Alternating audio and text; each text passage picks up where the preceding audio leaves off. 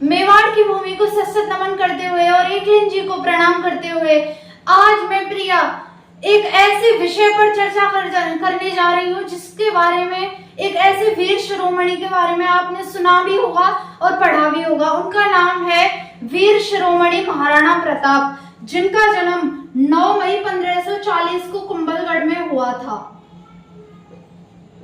तथा उनकी माता का नाम जयवंताबाई तथा उनके पिता का नाम उदय सिंह था। कहा जाता है कि जब जो उदय सिंह जी थे वो बड़े हो गए थे कुंभलगढ़ में, तो जो उनसे कहा गया था, उनकी सच्चाई को सामने लाया गया था कि ये कोई आम इंसान नहीं बल्कि ये मेवाड़ का राजकुमार उदय सिंह है। तो वहां के लोगों ने उन पर विश्वास नहीं किया, मेवाड़ के सभासदों ने उन पर विश्वास नहीं किया कि ये उदय सिंह है, हम कैसे विश्वास करें। फिर फाइनली जब ये पता चल गया कि ये उदय सिंह जी हैं, तो मेवाड़ के सभासदों ने कहा तो इनका विवाह किसके साथ किया जाए। तब अखेराज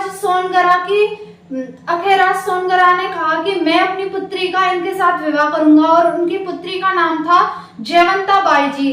तब महाराणा उदय सिंह का विवाह जयवंताबाई जी के साथ हुआ और उनसे उत्पन्न पुत्र महाराणा प्रताप, जिनको आज हम बहुत ही गर्व के साथ उनके बारे में जानते हैं, आज हम उन्हीं के बारे में पढ़ेंगे। जिनकी माता का नाम जयवंताबाई, पिता का नाम उदय सिंह तथा उनकी जन्मस्थली कुंभलगढ़ है।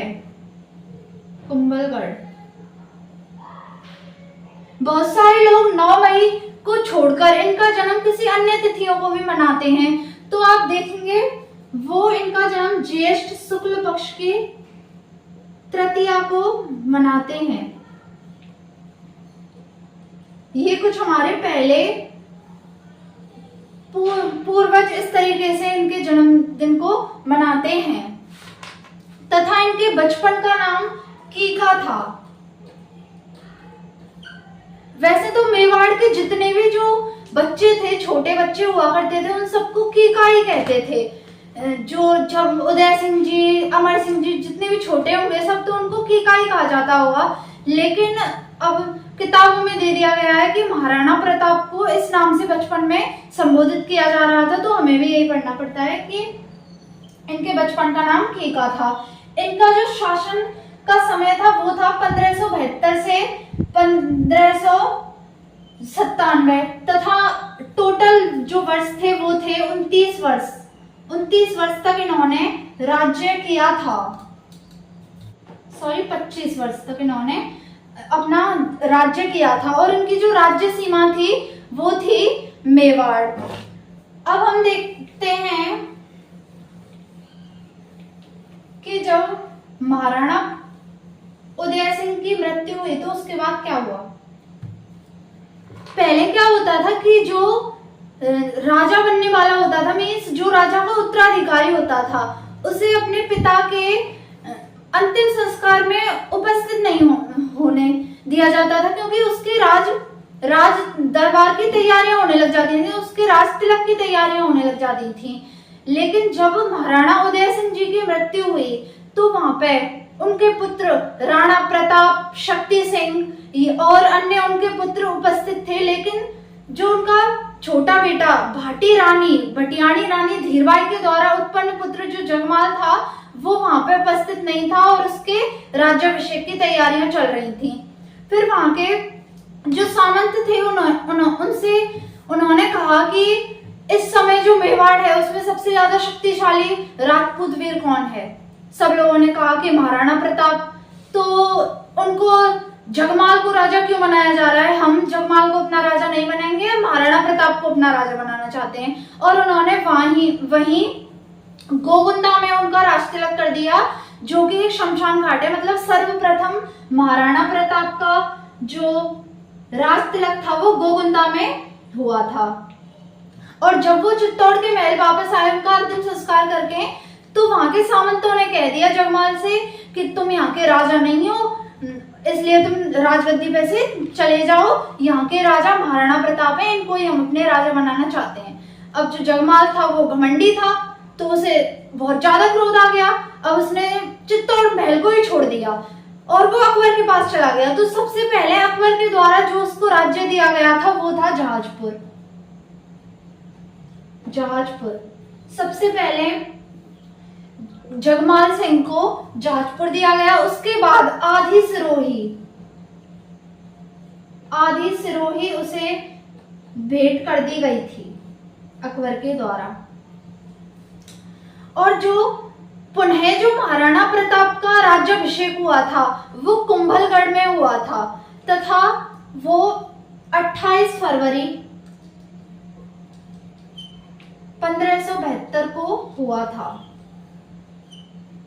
और इस दिन होली का समय था, मीन्स होली के दिन ही महाराणा प्रताप का राज्याभिषेक हो गया था। लेकिन उदय सिंह ने अपना जो उत्तराधिकारी था वो जगमाल को घोषित किया था, महाराणा प्रताप को नहीं किया था। महाराणा प्रताप को वहां के सामंतों द्वारा राजा बनाया गया था।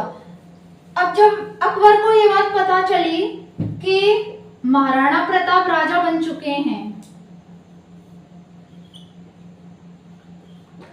और जब अकबर को ये बात पता चली कि महाराणा प्रताप राजा बन चुके हैं तो उसने सोचा कि अब महाराणा उदय सिंह जी ने तो हमसे जो अधीनता स्वीकार करी नहीं, अब हम इससे ही बात कर लेते हैं, ये कर लेगा। तो उन्होंने सबसे पहले भेजा था वहां पे अपना दूत बनाकर जलाल खां कोरची को। जलाल खां कोरची 1572 में ही चला गया था अकबर का दूत बनकर महाराणा प्रताप के पास। अब उसने उनसे बात करी कि आपके पिताजी तो माने नहीं, तो आपकी क्या सलाह है उसके बारे में, हमारी संधि के बारे में, कि जो राजा अकबर है वो आपको अपनी अधीनता स्वीकार कर लीजिए आप उनकी, वो आपको मनसबदार बना लेगा और फिर आप अपना खुशी से शासन चलाना, वो भी चलाएंगे शांति से। लेकिन महाराणा प्रताप ने मना कर दिया, वो तो प्रतापी राजा थे, वो कैसे किसी की अधीनता स्वीकार कर सकते थे। तो फिर जो जलाल खां कोरची था वो आ गया उनके पास, वो महाराणा प्रताप के पास से आ गया और अकबर से उसने कहा कि जो प्रताप है वो संधि के लिए नहीं माना है। अब जो अकबर था उसने प्लान बनाया कि जो जलाल खां कोरची था ये मुस्लिम था, कि कहीं ऐसा भी तो हो सकता है कि ये राजपूत है, महाराणा प्रताप जो है ये राजपूत है, तो ये किसी मुगल की बात नहीं सुने, तो हमें किसी हिंदू को भेज देना चाहिए। फिर उन्होंने अपना दूसरा जो दूत बनाकर भेजा था वो भेजा था मान सिंह को। उन्होंने सोचा कि अब मान सिंह को भेज देते, मान सिंह से इनकी बात हो जाएंगी तो शायद मान जाए संधि के लिए। फिर मान सिंह को वहां पे भेजा जाता है। अब मान सिंह था तो एक राजकुमार, तो महाराणा प्रताप ने भी सोचा कि उधर से राजकुमार आया है तो मैं भी अपने राजकुमार को भेज देता हूँ। उन्होंने अपने सबसे बड़े राजकुमार अमर सिंह को उसके पास भेज दिया। अब अमर सिंह जो थे वो बहुत ज्यादा शरारती थे, तो अब वो उसके पास आए और फिर जो मान सिंह था उसने कहा कि तुम्हारे पिताजी कहाँ हैं, मतलब प्रताप क्यों नहीं आया। फिर उसके बेटे ने कहा, अमर सिंह ने कहा कि अब जो मेरे पिताजी हैं उनके तो पेट में दर्द हो रहा है इसलिए वो नहीं आए। फिर क्या हुआ, जो मान सिंह था उसको गुस्सा आ गया क्योंकि वो समझ गया कि जो प्रताप है वो आना नहीं चाहता है उनके पास। तो उन्होंने कहा कि अब अपने पिताजी से जाकर कह दो कि वो मुझसे रणभूमि में मिले, मैं रणभूमि में उनका पेट दर्द सही करूंगा। फिर वो जाने लगा गुस्से में ऐसे। फिर अमर सिंह ने उन्हें रोका, रुकिए कि आपने क्या कहा, कहाँ पे दर्द सही करेंगे पेट का। फिर उन्होंने कहा कि रणभूमि में मिले अब मुझसे। फिर उन्होंने कहा रुकिए कि यदि आप अब जा ही रहे हैं तो अब जब युद्ध करने आएंगे आप तो अकेले तो आना मत, फूफा जी को भी ले आना, क्योंकि जो उनकी रानी थी वो हिंदू रानी थी, हरकाबाई, ये हिंदू थी। तो उसने कह दिया कि अब अकबर को साथ ले आना, अकेले क्यों आओ। फिर वो और ज्यादा क्रोधित हो गया और वो वहां से जाने लगा। लेकिन जो अमर सिंह जी थे वो तो और भी ज्यादा शरारती थे, उन्होंने उसे रोका कि अंकल रुकिए, कि अब क्या हुआ कि जब आप यहाँ से जाएंगे तो यहाँ पे एक जगह पड़ती है पाली, कि पाली पड़ती है तो क्या करें, कि पाली में मेहंदी फेमस है। अच्छा तो क्या किया जाए कि तो बुआ जी के लिए मेहंदी ले जाना। अब उसे और भी ज्यादा क्रोध आ गया और वो वहां से भड़कता हुआ अकबर के पास चला गया और सीधा उसने कहा कि तुम महाराज तुम अभी तैयारी कर लो युद्ध की, उनसे युद्ध होगा। क्यों? अकबर ने कहा क्यों, क्या हुआ? प्रताप ने क्या कहा कि प्रताप तुम मुझसे मिला ही नहीं, उन्होंने तो अपने बड़े राजकुमार अमर सिंह को भेज दिया और उसने मेरे साथ बहुत बदतमीजी करी। फिर उसने कहा कि अभी हम किसी और अन्य को भेजेंगे। बात तो उसकी भी सही है, प्रताप की भी सही है कि हमारे यहाँ से राजकुमार गया था तो उन्होंने भी राजकुमार भेज दिया, तो अब की बार किसी राजा को भेजा जाए। फिर तीसरी बार भेजा गया था, एक हिंदू ही था, भगवंत दास। भगवंत दास को भेजा गया जो मान सिंह के पिताजी थे। अब भगवंत दास वहां पर गए। भगवंत दास जी ने महाराणा प्रताप से कहा कि देखिए महाराणा प्रताप, आप मेवाड़ के राजा हैं तो आप भी मान जाइए, आप भी अधीनता स्वीकार कर लीजिए, हमने भी तो कर रखी है। पर महाराणा प्रताप किसी की अधीनता स्वीकार करने वाले थे नहीं। उन्होंने भी कह दिया कि अब तुमने यदि अधीनता स्वीकार कर रखी है तो हम मानते हैं कि जो आमेर है अब ये बड़ा राज्य बन रहा है, तो तुम ऐसा करो, तुम अकबर के विरुद्ध लड़ लो, मैं तुम्हारे साथ लड़ लूंगा, बताओ स्वीकार है। अब भगवंत दास को गुस्सा आ गया। उसने कहा कि मैं तो महाराणा मतलब मैं तो उसका दूत बनकर आया था अकबर का, तुम्हें लड़ना है तो लड़ो, मैं तो जा रहा हूँ। ऐसे ही वो भी आ गया अकबर के पास। उसने भी अकबर से कह दिया कि प्रताप तो मान ही नहीं रहा है, वो तो युद्ध करना चाहता है, तैयार है युद्ध के लिए। फिर चौथी बार जो अंतिम जो दूत बनाकर भेजा था वो था तोडरमल। तोडरमल उनका ही एक मनसबदार था। तो अकबर ने तोडरमल से कहा कि अब तुम जाओ। अब वो मान जाता है तो ठीक है, नहीं तो फिर युद्ध ही होगा। अब तोडरमल चला गया वहां पर। तोडरमल ने कहा देखो प्रताप, मैं वहां का वित्त मंत्री हूँ, मैं जानता हूं कि अकबर के पास कितनी संपत्ति है, तो उसे तो कोई दिक्कत नहीं आएगी युद्ध लड़ेंगे तो वो, लेकिन तुम्हें दिक्कत आ सकती है, इसलिए तुम मान जाओ, युद्ध मत करो, उसके साथ संधि कर लो, अकबर के साथ संधि कर लो, तुम फायदे में रहोगे, उसका तो कुछ नहीं जाएगा, वो तो युद्ध लड़ लेगा क्योंकि वो तो बहुत अमीर है। फिर महाराणा प्रताप ने कहा कि तुम हमारी चिंता मत करो, तुम अपने जलाल से कह दो कि वो युद्ध के लिए तैयार रहे, हमारे लिए तो बहुत सारे भामाशाह हैं जो हमारे लिए धन दे देंगे कितना भी, तुम अपने जलाल पर ध्यान दो कि वो युद्ध के लिए तैयार रहे। अब इस प्रकार अकबर ने अपने 4 लोग भेजे थे, लेकिन उससे कोई फायदा नहीं हुआ। अब बात यह पड़ी कि अब बातचीत के तो सारे रास्ते बंद हो गए, तो अब एक ही रास्ता बचा था, वो था युद्ध।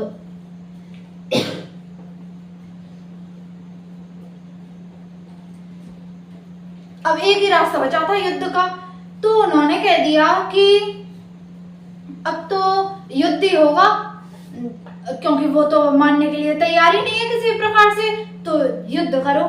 तो जो हल्दी घाटी का युद्ध हुआ था उनमें, तो उसमें जो पहला जो वीर था मान सिंह और आसफ खान,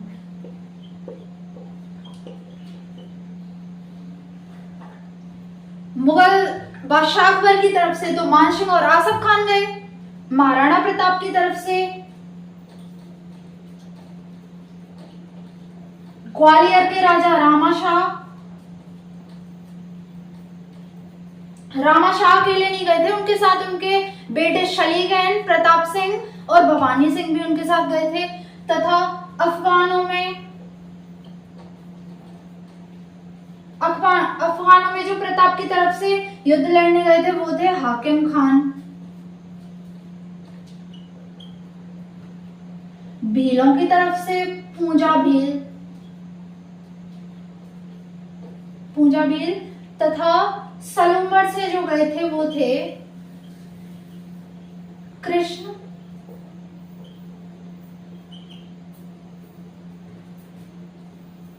कृष्णदास चौराहन। ये सब लोग महाराणा प्रताप की तरफ से गए। जो सबसे पहला जो जिसमें इंडिपेंडेंट कमांडर सबसे पहले युद्ध में इसको बनाया गया था, ये था हल्दी घाटी का युद्ध, जिसमें मानसिंह सबसे पहला स्वतंत्र सेनापति बनाया गया था।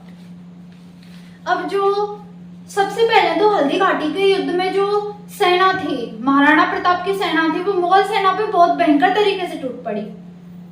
अब उनको समझ में नहीं आ रहा था मुगल सैनिकों को कि क्या किया जाए, तो वो डर कर भागने लगे। अब वो डर कर भागने लगे तो आगे आगे मुगल सैनिक, पीछे मेवाड़ के सैनिक। तो अब जो मानसिंह था उसको समझ में नहीं आया कि वो वार कहाँ पे करे, क्योंकि आगे वो भी जा रहे थे। अब उसने आसफ खान से पूछा कि बताओ मैं तीर कहाँ पे छोड़ूं। फिर आसफ खान ने कह दिया कि तुम ऐसा करो, आंख बंद करके तीर चलाते जाओ, और जहां पे तीर लगेगा, मरेंगे तो हिंदू ही, इधर से मारोगे तो भी, उधर से मारोगे तो भी, मरने तो हिंदू ही है, बस तुम्हारा कर्तव्य तो पूरा हो जाएगा, इसलिए तुम आंख बंद करके तीर मार दो। अब जब क्या हुआ, अब थोड़ी देर बाद जो गोविंदा जगह थी वहां पे जब रात का समय हो चुका था, तो गोविंदा की तरफ जो सैनिक थे वो भाग गए, कैसे भी मुगल सैनिक। अब उन्होंने सोचा कि ये प्रताप है, ये कहीं रात को हम पे आक्रमण ना कर दे, तो उन्होंने जो गोविंदा की दीवार थी वो ऊंची करवा दी महाराणा प्रताप के डर से, और वो जैसे तैसे करके रात को ही अजमेर चले गए। अब वो अजमेर गए, मानसिंह और आसफ खान, तो उन्होंने देखा, अकबर ने कहा उनसे कि क्या हुआ, युद्ध जीत गए कि नहीं जीते। तो प्रताप मर गया, नहीं मरा। तो प्रताप को बंदी बना लाए कि नहीं लाए। तो यहाँ पे आए किस मकसद से हो तुम?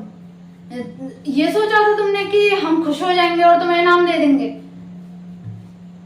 और वो अब युद्ध में हार कर आए थे मानसिंह और आसफ खान, तो अकबर था वो उनसे बहुत क्रोधित हो गया, और उसने क्या करा, उनको महल से निकाल दिया कि जाओ तुम महल से, आज के बाद देख मत जाना महल में, महल से ही निकाल दिया। अब सबसे पहला सबूत तो ये है कि महाराणा प्रताप इस तरीके से हल्दी घाटी के युद्ध में यदि हार जाते, जो कि कहा जाता है कि महाराणा प्रताप यदि हल्दी घाटी के युद्ध में हार गए होते तो जीते हुए सेनापतियों का इतना बड़ा अनादर कौन करता है, जो अकबर ने आसफ खान और मानसिंह का किया था, उन्हें महल से ही निकाल दिया। तो सबसे पहला सबूत तो ये है कि जो महाराणा प्रताप थे हल्दी घाटी के युद्ध में जीते थे।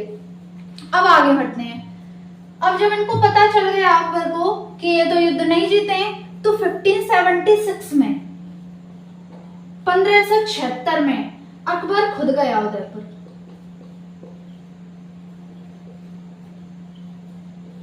अकबर उदयपुर चला गया। अब उसे पता था कि वो महाराणा प्रताप से जीत तो पाएगा नहीं, तो उसने क्या किया, जैसे तैसे करके धोखे से उदयपुर को जीत लिया और उसका नाम बदल कर रख दिया मोहम्मदाबाद।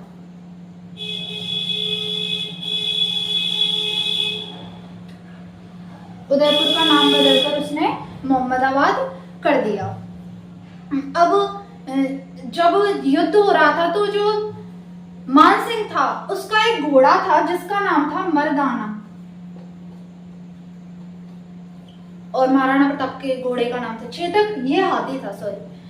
तो चेतक ने क्या किया, चेतक बहुत बुद्धिमान था, तो उसने उसको हराने के लिए, मानसिंह को हराने के लिए उसने जो मर्दाना की सूंड थी उस पे अपने पैर को रख लिया। अब जब उसने उसको धक्का देने के लिए वो पैर हटाया तो क्या हुआ, जो मानसिंह था उसने उसका पैर काट दिया। अब उसका पैर कट गया था तो वो घायल हो गया।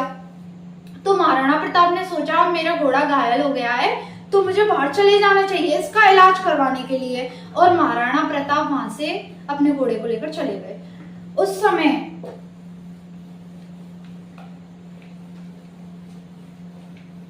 जो महाराणा प्रताप की जगह जिन्होंने महाराणा प्रताप का तब तक नेतृत्व किया था वो थे झालीवादी, जिनको झाली मानसिंह के नाम से भी जाना जाता है।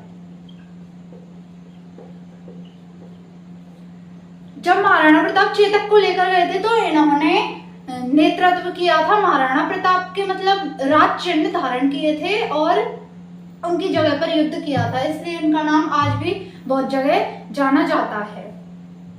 अब जैसा हमने बताया कि चेतक घायल हो चुका था, तो जैसे जब वो आगे जाने लगे महाराणा प्रताप तो जो चेतक था वो वहीं मर गया।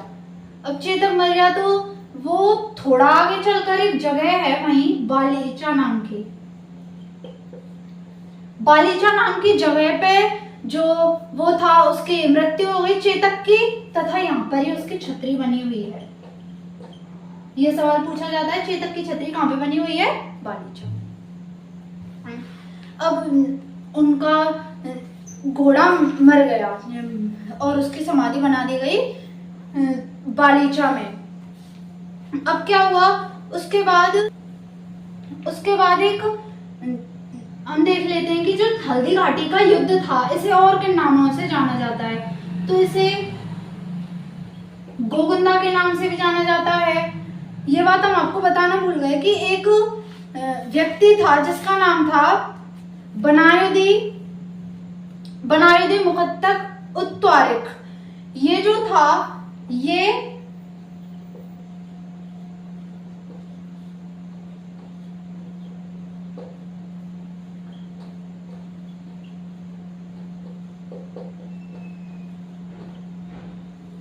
अकबर का एक लेखक था, ये लिखा करता था, मतलब कविताएं लिखा करता था और कहानियां भी लिखा करता था। तो ये इस युद्ध में आया हुआ था। तो पहले तो इसे अजीब लगा कि जो अकबर है उसने मान सिंह मतलब हिंदू को अपना वो क्यों बना दिया सेनापति।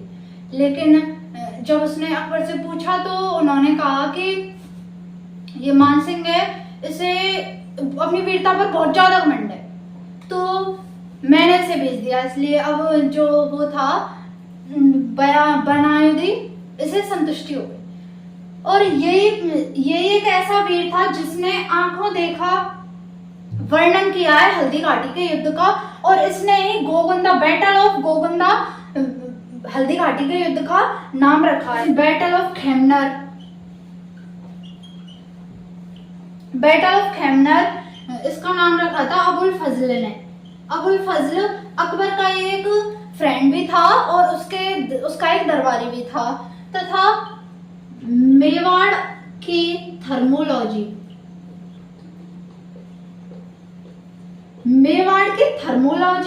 एक यूरोपियन ने इसका नाम रखा था जिसका नाम था कैनल जेम्स टॉड। इन्होंने मेवाड़ की थर्मोलॉजी इसका नाम रखा, तथा बादशाह बाग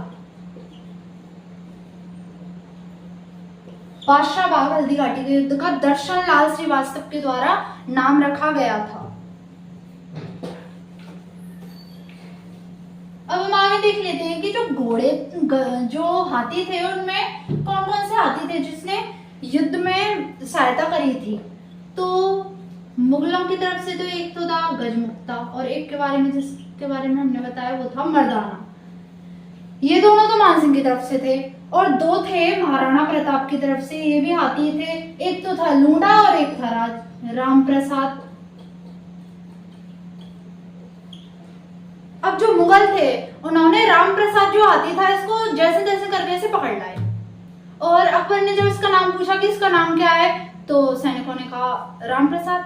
फिर अकबर ने कहा नहीं, ये हमें पीर बाबा के आशीर्वाद से मिला है, इसलिए इसका नाम पीर प्रसाद है आज से, और इसका नाम पीर प्रसाद बदलकर कर दिया था। ये भी सवाल बहुत ज्यादा पूछा जाता है कि एक हाथी को हल्दी घाटी के युद्ध में लाया गया था अकबर के द्वारा, तो वो था राम प्रसाद जिसका नाम बदलकर कर दिया था पीर प्रसाद।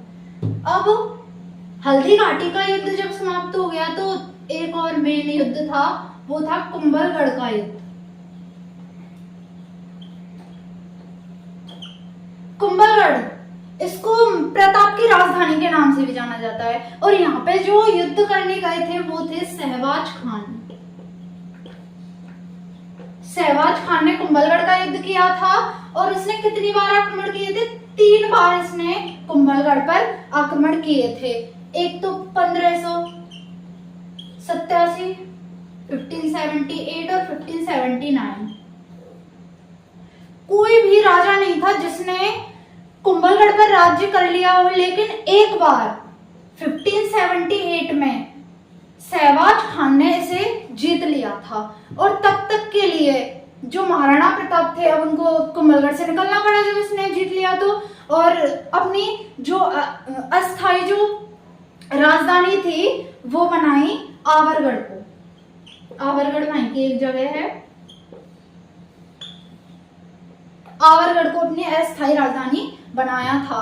अब यहाँ से जब वो आवरगढ़ में रह रहे थे तो इसके बाद ही वो यहाँ से ईडर की तरफ चले गए।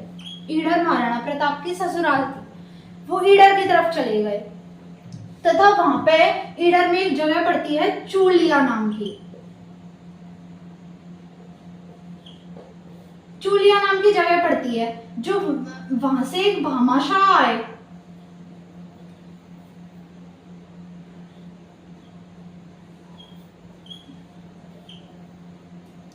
वहां से एक भामाशाह आए और उन्होंने क्या किया, अब जो युद्ध हुआ था हल्दी घाटी का उसमें बहुत ज्यादा नुकसान हुआ था, धन का भी नुकसान हुआ था। तो उन्होंने क्या किया, जो भामाशाह थे उन्होंने इतने सारे धन दे दिया महाराणा प्रताप को कि उससे 25 लाख की सेना 12 साल तक जी सकती थी। 12 साल तक 25 लाख सेना का जो भोजन व्यवस्था थी और उनके रहन सहन की व्यवस्था थी वो सब हो सकती थी। इसलिए भामाशाह का आज भी बहुत जगह नाम लिया जाता है। तथा इन भामाशाह के एक भाई थे जिनका नाम था ताराचंद, और सब कुछ भामाशाह ने कर दिया तो ताराचंद अभी से कुछ नहीं कर पाए, इनका नाम बाद में आएगा। जब ये वहां से चले गए उसको इन्होंने उनका धन्यवाद किया भामाशाह का, और फिर ये वहां से चले गए, अपनी राजधानी को इन्होंने जीत लिया था कुंभलगढ़ को। उसके बाद ये चले गए आगे, जब बढ़े तो बाद में हुई थी शेरपुर घटना। अब जो सहवाज खान था वो तो वैसे भी तुम्हें जो सहवाज खान था इस शेरपुर की घटना में जो सहवाज खान था ये हार चुका था। महाराणा प्रताप ने इसे हरा दिया और अपना कुंभलगढ़ का जो वो था राज्य वापस ले लिया। अब सहवाज खान के बाद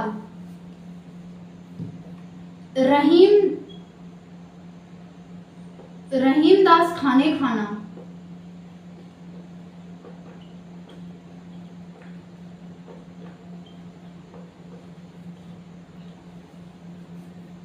आपने रहीमदास जी के दोहे बहुत बार पढ़े होंगे, तो वही रहीमदास खाने खाना थे, ये अकबर के कोर्टियरी थे।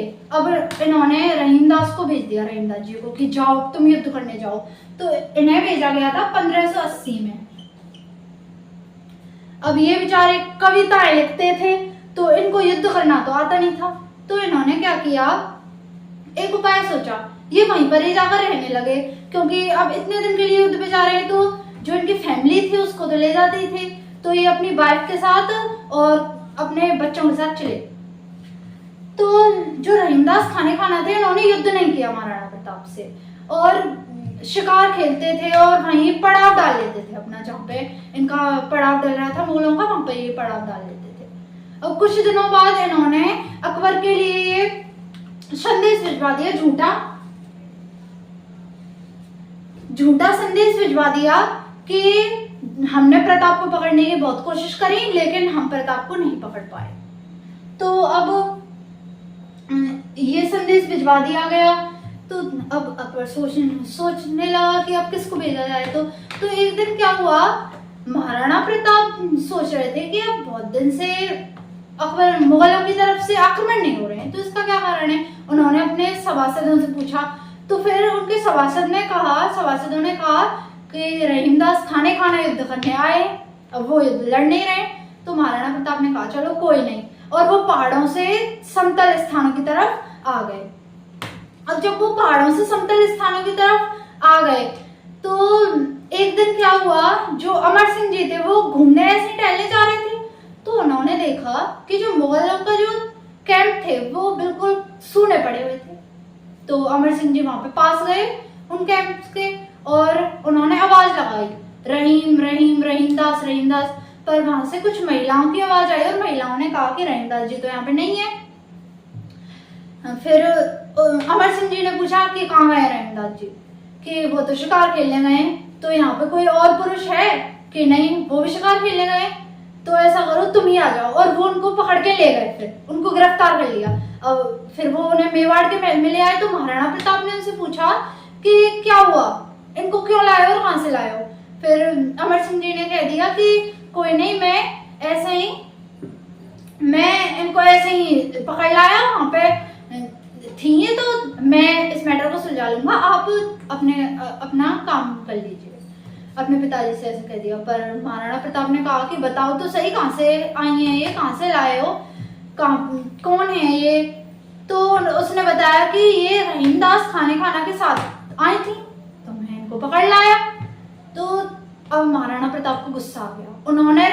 उन्होंने अमर सिंह जी को थप्पड़ मार दिया और जो औरतें थी उनको भेज दिया। औरतें थी उनको उनके पास भेज दिया, रहीमदास जी के पास। अब उन औरतों ने बताया कि जो महाराणा प्रताप थे उन्होंने उनके साथ कितना अच्छा बिहेव किया। अब जो वो था रहीम, वो बहुत ज्यादा खुश हो गया और उसने तभी एक दोहा गाया, धनरशी धर्मरशी खबजासी खुरसान। ये इसके द्वारा दोहा गाया गया था, जिसका अर्थ है कि खुरासन से आने वाले जो मुगल हैं ये तो नष्ट हो जाएंगे, लेकिन राणा तेरी वीरता और तेरा धर्म ये सदा बना रहेगा। इसके बाद जब अकबर को इसके बारे में पता चल गया, इस घटना के बारे में, तो उसने कहा कि अब ये अपनी फैमिली को तो संभाल नहीं पा रहा है, ये क्या प्रताप को संभालेगा। तो उसने उसे वापस बुला लिया कि रहीमदास जी तुम आ जाओ। उसके बाद एक युद्ध हुआ था, दिवेर का युद्ध। दिवेर के युद्ध में सुल्तान खान को भेजा गया था। प्रताप के द्वारा सुल्तान खान को युद्ध करने के लिए भेजा गया था। सुल्तान खान था, इसने दिवेर पर आक्रमण किया था। पहले मुगलों की चौकियां होती थी, मुगलों की चौकी।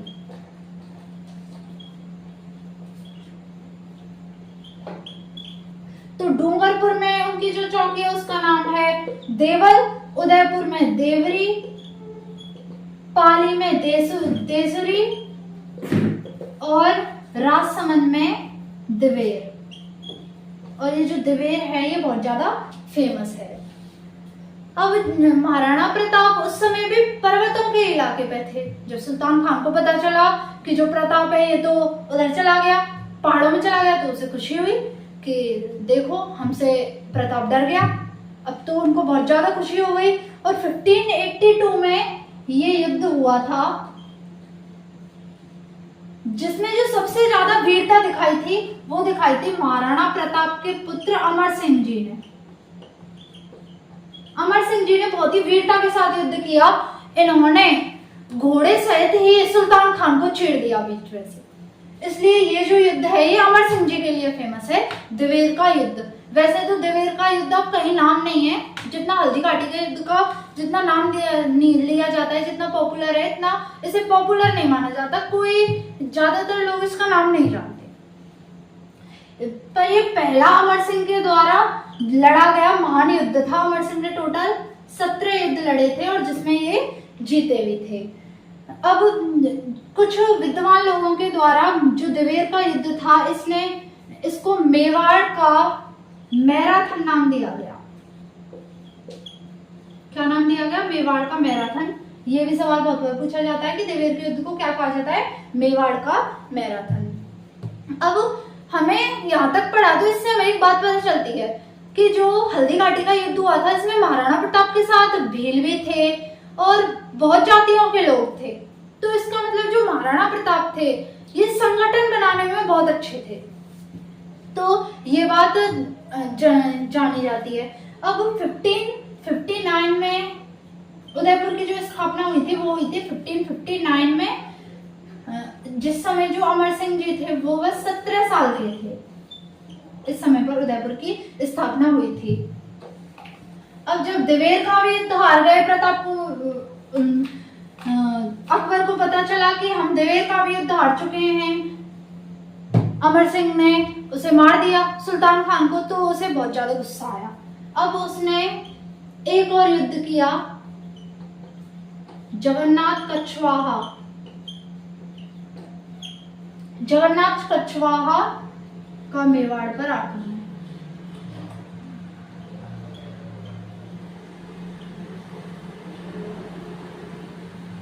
ये भी अकबर के द्वारा करवाया गया था। अब अकबर को इससे भी सफलता नहीं मिली, इसमें भी हार गया वो। अब जो महाराणा प्रताप थे, ये इस बात को याद रखना कि ये अंतिम युद्ध था जो अकबर के द्वारा किया गया था, और ये युद्ध 1585 में हुआ था। जिसके बाद, इस युद्ध के बाद अकबर ने कोई भी युद्ध नहीं लड़ा था महाराणा प्रताप के साथ। अब महाराणा प्रताप को बहुत ज्यादा गुस्सा आ गया कि ये जो कछवाहा हैं, आमेर के जो कछवाहा हैं, ये तो कुछ ज्यादा ही घमंडी हो रहे हैं, उनको राज्य क्या मिल गया है तो बहुत ज्यादा घमंडी हो रहे हैं। कभी मान सिंह आ रहा है, कभी भगवंत दास आ रहा है, कभी ये जगन्नाथ आ रहा है, तो उन्होंने उनसे बदला लेने की सोच ली। अब आमेर में एक जगह है जिसका नाम है मालपुरा। महाराणा प्रताप ने मालपुरा पर आक्रमण किया और इसे जीत लिया, अपने राज्य में सम्मिलित कर लिया इसे। मालपुरा ये प्रताप का बदला था। अब ये हमने युद्ध पढ़ लिए कि जितने भी जो युद्ध हुए थे मेन, जो महाराणा प्रताप के द्वारा लड़े गए थे। अब हम देख लेते हैं कि उनके दरबारी विद्वान कौन कौन थे। महाराणा प्रताप के दरबारी विद्वान तो सबसे पहले तो थे चक्रपाणि मिश्र।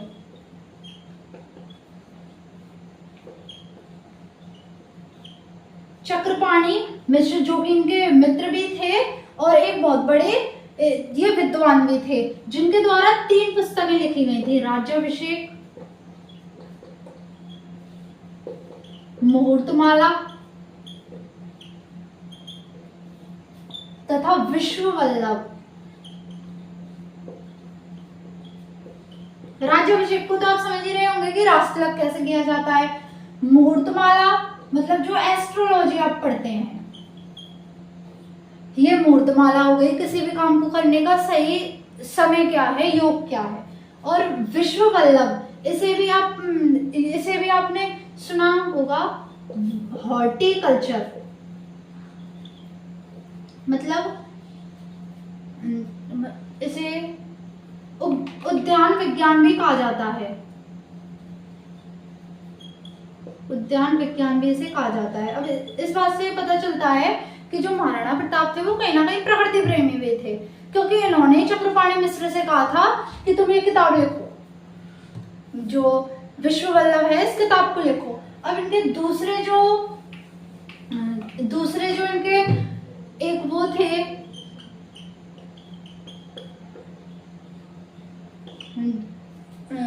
विद्वान थे, वो थे हेमर्तन सूरी। इनके जो दूसरे विद्वान थे उनका नाम था हेमर्तन सूरी, जिसने गोरा बादल की कहानी लिखी थी। और अब हेमर्तन सूरी से कहा गया था कि तुम गोरा बादल के ऊपर कहानी लिख दो, गोरा बादल का इतिहास लिख दो। तो अब इन्होंने कहा कि मैं इसे तो लिख दूंगा किताब को, लेकिन इसका खर्चा कौन देगा मुझे। तो ताराचंद ने कहा, जिसके बारे में हमने पढ़ा था, ये भामाशाह का भाई था, ताराचंद ने कहा कि मैं दूंगा, और ताराचंद ने इसका सारा खर्चा दिया। और तीसरे थे सादुलनाथ त्रिवेदी। सादुलनाथ त्रिवेदी थे, ये भी महाराणा प्रताप के एक विद्वान थे, जो कि